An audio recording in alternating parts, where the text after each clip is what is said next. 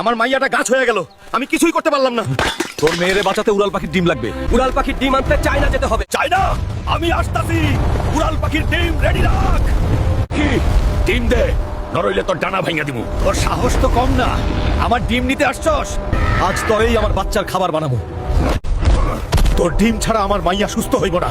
তোর মেয়েরে বাঁচাইতে গিয়ে আমার সন্তানরে মেরে ফেলবি। পাপ দিয়ে আমার মেয়েরে বাঁচাইতে পারবো না। কারো সন্তানের কষ্ট বাড়ায় আমি সুখী হতে চাই না। তোর ভালোবাসা আর সৎ সাহস দেখে আমার মন বদলে গেছে।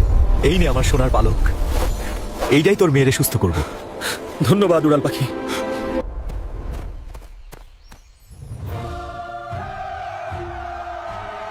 পালকটা কি সত্যই কাজ করবে? তুই ঠিক হয়ে যা মা, তোর বাবার কাছে ফিরে আয়।